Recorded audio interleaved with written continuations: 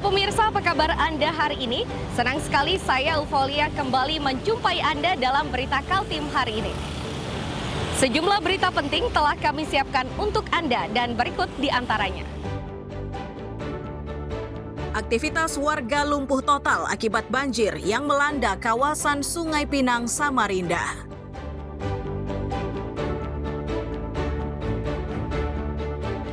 UMKM di Kaltim terima dana KUR mulai dari 50 hingga 400 juta rupiah.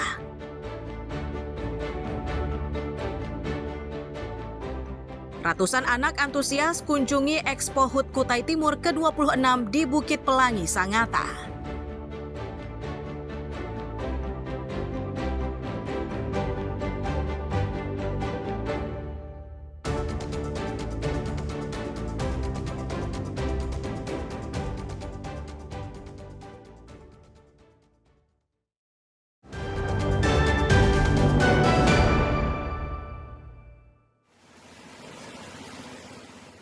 Hujan deras yang mengguyur kota Samarinda sejak Rabu siang menyebabkan banjir cukup tinggi di kawasan Jalan Mugirejo, Kecamatan Sungai Pinang. Air merendam permukiman warga hingga setinggi pinggang orang dewasa. Sejumlah warga tampak kesulitan beraktivitas. Nurrohim, warga Sentosa, mengatakan aktivitas warga lumpuh total akibat banjir yang melanda kawasan tersebut. Ia berharap pemerintah segera menemukan solusi agar bencana serupa tidak terus berulang.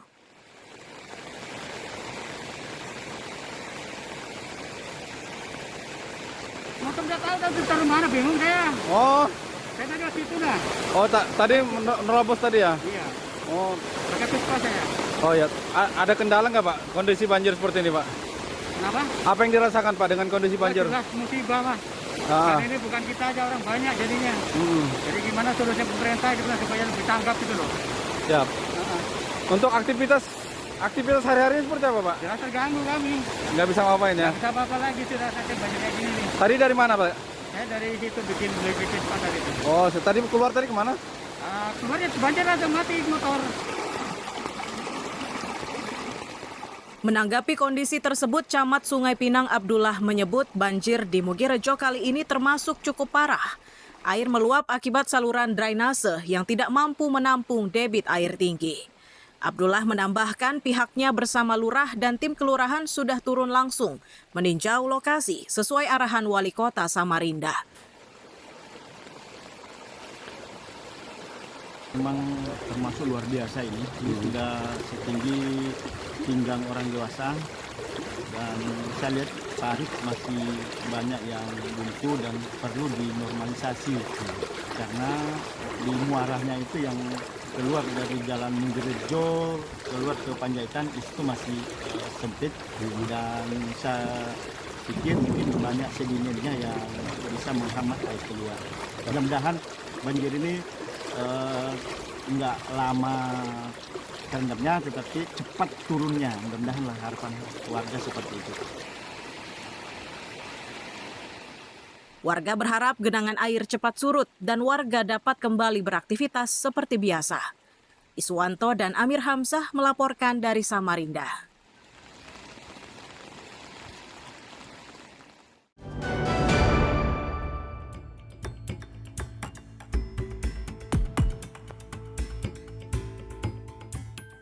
Beberapa rumah warga yang ada di Jalan Antasari 2, Kelurahan Telok Lerong Ulu, Kecamatan Sungai Kunjang, mengalami kerusakan. Ini terjadi setelah kawasan tersebut diguyur hujan deras disertai angin kencang Rabu siang. Bahkan, dari salah satu video amatir warga, nampak atap yang ada di lantai 3 salah satu bangunan terbang dan jatuh tepat di salah satu rumah warga. Beruntung, atap tersebut jatuh di rumah tua yang sudah lama kosong yang berencana memang akan dijual.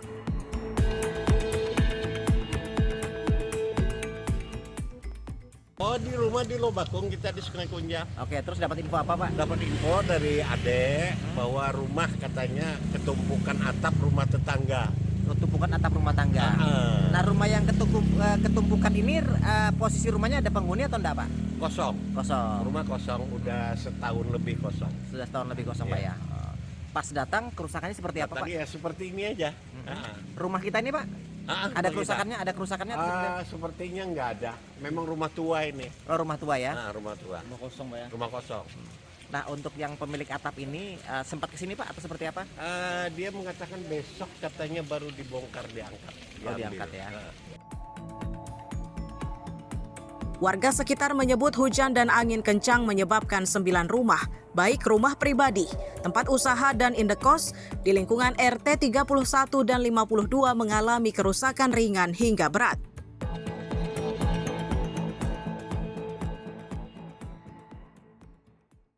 Untuk saya sih atap aja rumah ini. Atap ya? Ya, Siap.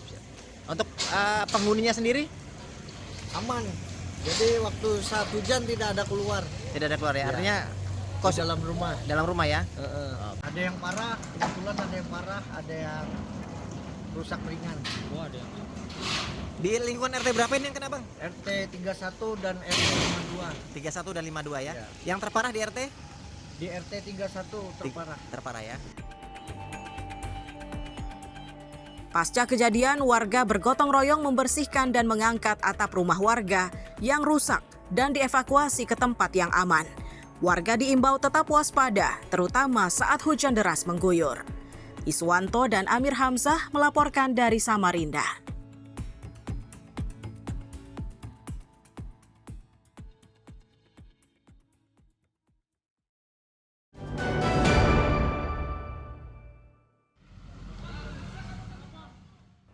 Kapolda Kaltim Irjen Pol Endar Priantoro turun langsung ke Polsekta Samarinda Kota untuk melihat kondisi pasca pelarian 15 tahanan. Dari peninjauan terutama di ruang tahanan, diketahui ada sejumlah faktor penyebab, mulai dari fisik bangunan hingga sistem penjagaan. Bangunan Polsekta merupakan cagar budaya sehingga tidak bisa direnovasi untuk menambah keamanan. Kapolda menegaskan akan berkoordinasi dengan pemerintah daerah dengan mencari tempat yang lebih representatif. Untuk mempersempit ruang gerak, penjagaan di perbatasan Samarinda diperketat. Masyarakat diminta tetap tenang dan melapor jika melihat para tahanan. Kepolisian punya standar prosedur, kita punya norma bagaimana cara melakukan pengamanan, bagaimana standar kita melakukan penjagaan tahanan. Masih dalam proses pemeriksaan sehingga nanti kita akan melihat secara utuh sebenarnya apa penyebab dari peristiwa ini sehingga nanti kita kalau memang yang bersalah ya kita hukum sesuai dengan aturan yang ada di kepolisian. Nanti kalau ada perbaikan dari hasil evaluasi kita akan kita segera perbaikan seperti saya sebutkan tadi.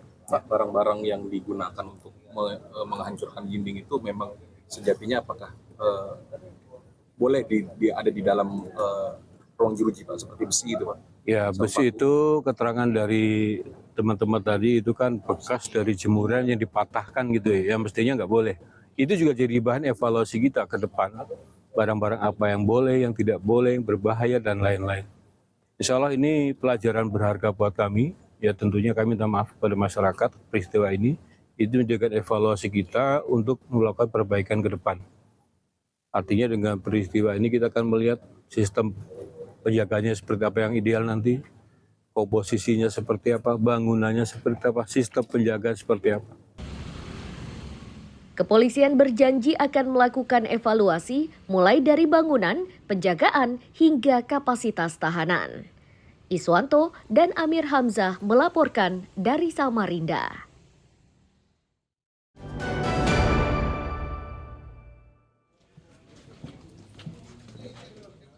Belum tertangkapnya 5 tahanan yang kabur dari Polsekta Samarinda Kota beberapa hari lalu, polisi perketat wilayah perbatasan Samarinda untuk membatasi ruang gerak para tahanan kabur tersebut. Kapolda Kaltim Irjen Pol Endar Priantoro menegaskan 5 tahanan kabur rata-rata berdomisili di luar Samarinda. Untuk itu, pengetatan area perbatasan diperlukan untuk membatasi ruang gerak mereka. Kepada para 5 tahanan, Kapolda meminta untuk segera menyerahkan diri. Dan kepada masyarakat untuk membantu menginformasikan jika melihat ke-5 tahanan kabur tersebut.